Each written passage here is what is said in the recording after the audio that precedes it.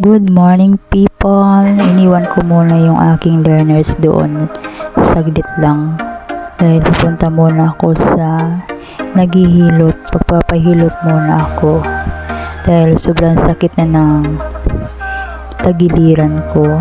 Siguro ay may pilay na naman ako.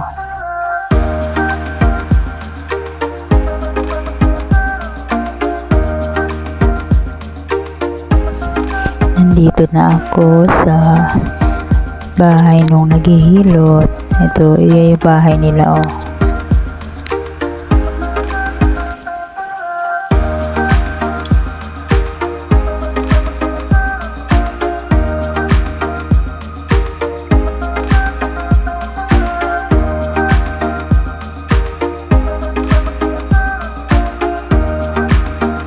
Thank you Lord, tapos na ako magpahilot.